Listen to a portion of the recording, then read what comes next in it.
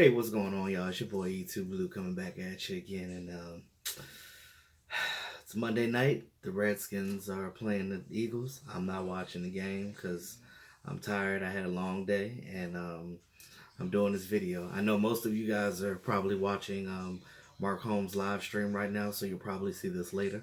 So, which is why I'm recording it and I'm not actually doing a live stream because um, I don't want to conflict what Mark Holmes is doing. So. Um, Looks like it's halftime right now for the Eagles Reds. I'm sorry. Yeah, the Eagles Redskins Skins game. I think we should be rooting for the Eagles to win because they are 5-6, and if the Redskins win, they'll be tied with us. And we actually play against the Eagles on Sunday, so they have a short week. So depending on what they're doing right now, if they win or not, we definitely need to get that win next week. So, and I think that we have a good chance of doing it. If our defense plays the way they've been playing, the way they played the Saints, if our defense plays that same way next week, we'll be good. I have full confidence in that right now. I just look at our offense. Our offense is good. We just there's just some wrinkles and things that needs to be ironed out for us to get that win. But I'll be talking more about that as the week progresses. Um, just some quick things from the game. Saints fans have been just crying about losing the game, and my whole thing is this: you're 10-2, y'all. Y'all still going to the playoffs. I don't understand why they're crying about losing. They're talking about the Cowboys cheated. So I heard this whole thing about, which is really stupid, because and I was just on Twitter just looking at the feed on the mysterious man in the Cowboys polo that was on the Saints sideline, and I'm just looking at that like, why would somebody just be hiding in plain sight like that? You know, they thought that he was a spy for the Cowboys because he was in the Cowboy polo shirt on the Saints sideline. Well, technically, he wasn't on their sideline; he was on the end. So when you look at the picture, you know, pictures are deceiving, y'all. People could skew pictures and crop them and put them in ways that they want to make it seem like it is, but it really isn't. So what happened was this guy works for the team, obviously, but he was not spying. Yes, he had his phone, but I'm gonna explain why. Where Sean Payton was in the picture, it looked like he was next to him, but he wasn't in the Saints bench area. He was on the end. You know that coaches go up and down the field, walking back and forth as the play, depending on where the team is playing on the field. Again, they have full range of that sideline. So he at that point he was where the guy was standing. That guy works for the entertainment team, the presentation team, the crew that basically gives the signal calls to the refs and things like that for the TV timeouts and countdown for when they're coming back from TV break. So when we're watching the game on TV, we can be right back into the game when the play starts. So that's what he was doing. He wasn't a spy, wasn't anything like that. Saints just want to just have something to talk about, and of course, people believe every damn thing they hear. You know, somebody talks about it on Twitter or posts a picture and like, oh, the Cowboys are cheating and this and that. Really? So the Cowboys are gonna cheat with somebody in a Cowboys polo? Okay, all right. That like I just don't understand. If you're gonna cheat, they're gonna have plain clothes on. They're gonna have something else on. They're not gonna have something with the Cowboys logo on it if they're cheating. Come on now. And then of course, it was a press release. The Cowboys had to explain the situation, but it was stupid that they even had to explain it because common sense, man. Like, when they say common sense ain't too common, they right about that because some people just don't have a clue. But either way, so with the game, I mean, there's a lot of things that happened. Um, Xavier Woods and Jalen Smith, it looks like they had a helmet to helmet hit. I look at a lot of people were complaining that primarily the one that Xavier Woods got, he eventually got fined for that hit. Um, on Jordan Reed because when it was no call, Jordan Reed was pissed off. I mean I understand why he was pissed. I mean he came in there late. He came in head first. I mean it is what it is. It happens. But he did get fined 26,000 for it. So um, Ezekiel Elliott also got fined 13,000 for donating money into the kettle and putting Dak Prescott in the kettle. Now I don't understand why they call him for these fines for the kettle thing. It's starting to be a cowboy thing. We have the Salvation Army kettle at the end zones. Allow it. You let the Green Bay Packers do the Lambeau leap. So why is it an issue that the Cowboys and Ezekiel Elliott doing it? He already donated $21 to the cause, and he had already donated 21,000 prior to that. So now you're gonna fine him for that. Where's that money going? Goodell gonna keep it? What's gonna happen? But that's neither here nor there. I just look at that and I'm just like, come on, that's asinine. Like, but it is what it is. What they call the NFL, the no fun league. um, as far as Tyron Smith goes, he's still dealing with his nagging injuries. Coach Jason Garrett is hoping for him to come back this week. He should be practicing tomorrow. We'll see what happens tomorrow because I know the team will start practicing as a unit tomorrow. So we'll see what the injury reports are looking like. Xavier Suafilo was dealing with his injury. He should be coming back now. Having that long weekend break from playing Thursday night definitely helps the Cowboys' injuries. The guys coming back. Sean Lee should be coming back this week. We'll see what happens with that. We know that Travis Frederick is done. He's not going to play at all this season. I told you guys at the beginning of the year when this happened, when the whole syndrome thing came about with Travis Frederick, and you guys crapped on me when I did the video about um, Travis Frederick possibly not playing this season, and I said it, and I wasn't saying it to be mean. I wasn't saying it to be petty, and I wasn't trying to be negative because I'm never negative on this channel. What I'm saying is, the reason why I said it is because it's facts. I speak facts. It was truth. And look now, he's not playing. So we all love Travis Frederick. We do. Now, my whole thing about the situation is he needs to get himself healthy first. Football is not his number one priority right now. He's most likely going to be dealing with that syndrome for the rest of his life. There's no cure for it. And I know, shout out to Karen. I think you said you were dealing with a certain form of that same syndrome too. So, like I said, I don't know about it personally because I don't have it. But I understand what it's about and what it does. And when you're a football player in the pros, especially an offensive lineman, and you're supposed to be pushing back 300-pound defensive lineman coming at you, what happens is when you have that syndrome and at any point in time your muscles can fail on you, and there's no need for that. He shouldn't play.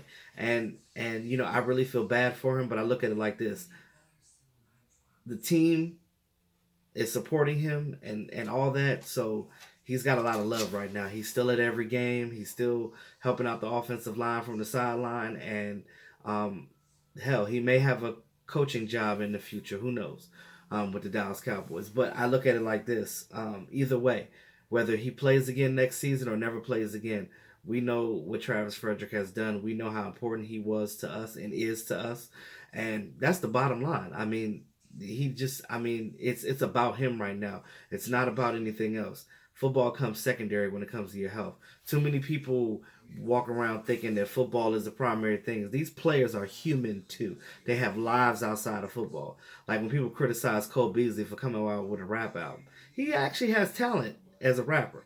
But my whole thing is this: he does his stuff in the off season. You see, he doesn't make songs during the season. He's focused on the team, and that's what you should be. But just like anybody else, that's like you having a regular 9 to 5 job and somebody telling you, "Hey, you can't have a hobby outside of what you do." No, that's bull. It's the same thing with the players.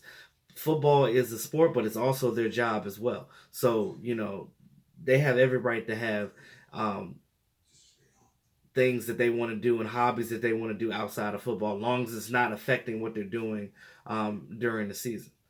So um, I look at Travis Rogers' replacement. Joe Looney has been playing very well this year. I am happy about Joe Looney. I just we just know that if when his contract is up after next season, I think that they need to somehow get him uh, some type of contract. He could be a backup to whether Travis Frederick comes back or if they draft another center. Either way, he's been doing a good job, and I'm proud of him. I look at some of those runs that Ezekiel had in his last game, and he was basically, and he's a big boy, but he was moving. He was getting in this. He was getting second level blocks for Ezekiel Elliott to get touchdowns. So I mean, I look at it. That's the things that Travis Frederick was doing, and um, I guess he took a page out of Travis Frederick's book and like, hey, he did it this way. I know that I'm not as good as him, but I'm holding it down at the center position. He's doing his job. Yeah, he had a penalty call on him, but what offensive linemen don't get penalty calls? Because it's hard. First of all, it's hard as hell to be an offensive lineman in the NFL. And when you got these talented defensive linemen bearing down on you, you have to have technique and you got to be sound. We are known to have offense. I can't even talk today. Damn, I'm tired, y'all. It's been a long day. I'm sorry. We're known for having an athletic offensive line, and with that, we do a lot of pulling. And with a dynamic running back like Ezekiel Elliott that we have, it's imperative that we keep getting guys that are those athletic type players. So um, I look at it like this. This year we have good backups. Remember last year when we had Chaz Green? I kind of feel sorry for Chaz Green. Chaz Green is like the running gag. Every time somebody says something, it's like, well, anything's better than Chaz Green, you know. So he was with the Saints, but he ended up getting released, and now he's with the Raiders. So I hope he gets his confidence back and plays better. But he's no longer with the Cowboys, so it's really no bother for us. But I will say this: I love what I saw in the Saints game, but for us to win this next game and the next three after that, we definitely need to. If we're gonna win out, we got to keep our foot on the gas. This team is talented, and I say all the time the things that Dak needs to get better on. And at the end of the day, they're mechanical things. They're mechanics. They're things that can be fixed. He's a young guy, and but he has to learn. And he is on his third season, but you look at what he had his rookie year. He had Tony Romo there. He had Mark Sanchez in his ear. I said from the beginning of the season he needs somebody that's a veteran or somebody because the coaches ain't doing nothing for him. He needs that leadership, that that veteran guy that's to me you could pay the guy just to be his backer. You pay the guy not even to play. You pay him to just be a mentor to that. Somebody that's on that sideline because Kellen Moore can't do it obviously. You look at when they're sitting on the sideline, they're barely even talking to each other. They're not even looking at stuff, the tablets and trying to go over the plays and what they did earlier in the game and trying to fix it. They're not doing those things. So I look at it like this. I thought it was imperative for them to get a veteran quarterback in here to help Dak out. Because Linehan is just, he's not doing things to help Dak Prescott. And that's the thing that frustrates me because I think that Dak can potentially be a great player. He's a good player right now, but again, he has to work on some things. But I'm not gonna take it all on him. You know what I mean? I know what he's good at, and I know what he isn't, and I know the type of player he is, and I know that we can win with his type of play because we have the players around him to do it. We just don't utilize it. There's no reason why you don't tell me why we can't play Rico Gathers, why Rico is not on the field. They're using him solely for blocking.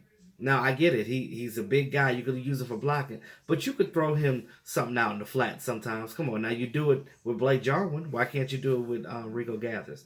It's an easy pass. It's not like it's any type of intricate offensive play that he can't pick up. He's been on the team long enough to see how that works. I could go out there and do that. It's hand in the dirt, get up, block, run out into the flat to the right, catch the ball, get some yardage. Simple, man. It's. I just don't understand what they're doing sometimes, and um, But again, these players love Jason Garrett. They're gonna play for him.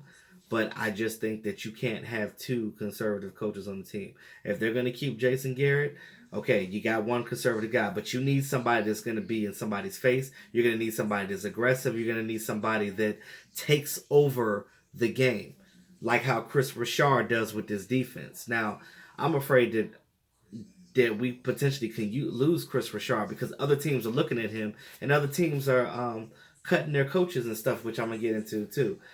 Other teams are cutting their staff,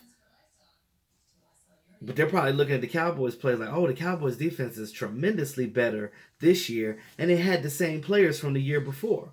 Hmm. With the addition of Leighton Vander Esch, of course, but for the most part, our defense is pretty much the same as it was, with some small minor tweaks and different players that play in key positions. But again, Chris Richard is that guy that's on the sideline and he's yelling, he's getting in these players' ass, he's telling them what needs to be done and what they ain't doing and what they gonna do. We don't have that on the offense. This is all we have. And Linehan is up in the booth. He's not even on the field. So my whole thing is this: get an offensive coordinator in here. There's only 4 games left. If you're gonna, at this point, they're not gonna get rid of him because there's only 4 games left, and we're on a 4-game winning streak. So Jerry ain't gonna do nothing about that right now. So if they decide they want to make some change in the offseason, hey, go do that. I'm all for it. Get another offensive coordinator here. Get a collegiate minded guy that can help Dak because again, the way that Dak plays, you look at what he did at Mississippi State. Those things work. And people always say that mobile quarterbacks will never prevail in the NFL. Well, look at Russell Wilson. Look at how he started out. He's still playing. Everybody looks at the whole RG3 thing and base mobile quarterbacks just off of RG3. I even hear Raven fans. I overhear Raven fans talk about because it's a lot of them here because I'm near Baltimore. I'm near the Redskins. I'm all near both teams. So there's a lot of Ravens fans here that I see when I'm at work, and I just overhear their conversations in their break rooms, and they're talking about Lamar Jackson is not going to be. He's just another RG3, and I'm like, that's not true. Like you can't say that every black quarterback that's mobile is RG3 type. You can't do that, because we've seen success. We've seen success with Cam Newton. We've seen success with Russell Wilson. Come on now, like Colin Kaepernick. But I look at it like this: you can't look at what one person is doing and then just say that okay, he's the basis and everybody else is going to be this way. It doesn't work like that. So Dak Prescott is a big guy. I mean, getting him on the ground is hard. That's why I said him running the ball is dangerous. Every time he runs the ball and he gets over 20 yards a pop running himself, we win that game. Whenever Dak Prescott scores a rushing touchdown, we've won. And that's not a coincidence. So if I'm Joe Schmo and I'm just sitting here and I can see this, why can't our coaching staff get that together? That's the only gripe that I have with the offense. But the defense is playing well, but the offense definitely has to pull their weight as well.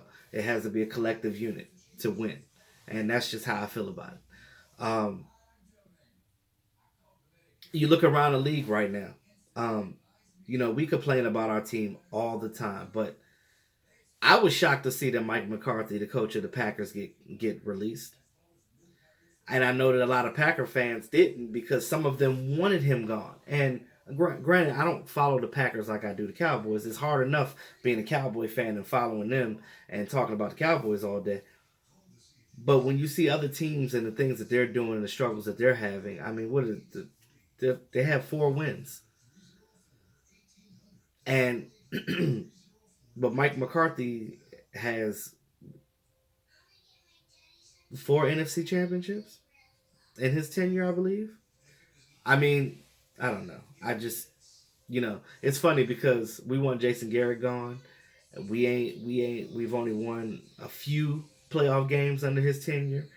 We've had a lot of 8-8 seasons. We've had 13-3 seasons. We have 9-7 seasons, but we don't have that Super Bowl. They do now. for whatever reason that they released him. I saw an article that said that Jeff Saturday, which used to be um, I believe he was a center. He used to be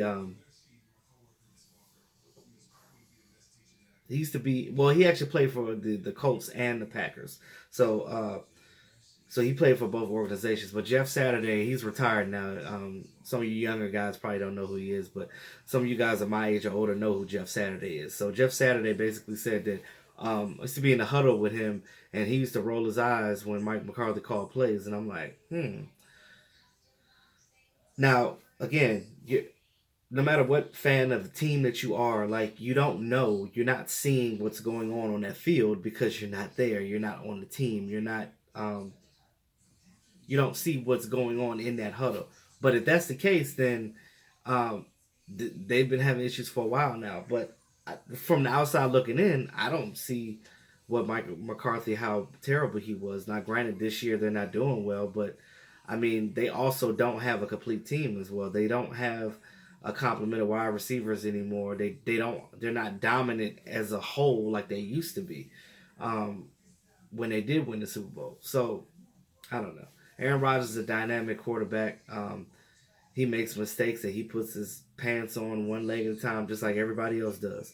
So you know when you say that a player is a goat, yeah, they might be the greatest of all time, but they're still going to make mistakes because they are human, guys. They're human. But I just look at it like that. Shoot, even the Panthers, they got rid of some of their assistants and things of that nature. So um, it's going to be a lot of shuffling this offseason. It's going to be interesting to see what happens with that. But um, I just thought that whole people talking about that guy being a spy was just hilarious. Like I had to share that with y'all. Y'all let me know what y'all think about that. Um, looks like the Eagles are in the third quarter right now. Halfway through it, almost. Score still. Philly's still up by one. 14-13. So again, you guys would probably want the Eagles to win this game because again, if the Redskins win, they'll be tied with us again. So which would mean that we definitely have to win against the Eagles next week. We got to win against the Eagles next week, regardless of the outcome of this game. So with that being said, y'all, that's all I have today. Sorry if I seem like I'm tired. I just had a long day, but I just wanted to make sure I get this video out because I didn't get a chance to do one yesterday. I apologize, you guys. I didn't get to do my live stream yesterday. I got too busy. I wasn't even really home. But I'll make it up to you guys. I promise you that. But um, thanks again to all my subscribers. If this is your first time listening to me, you haven't subscribed yet, go ahead, smack that subscribe button, hit that notification, and it's your boy E2 Blue, always keeping it real. I'll talk to y'all soon. Have a great evening.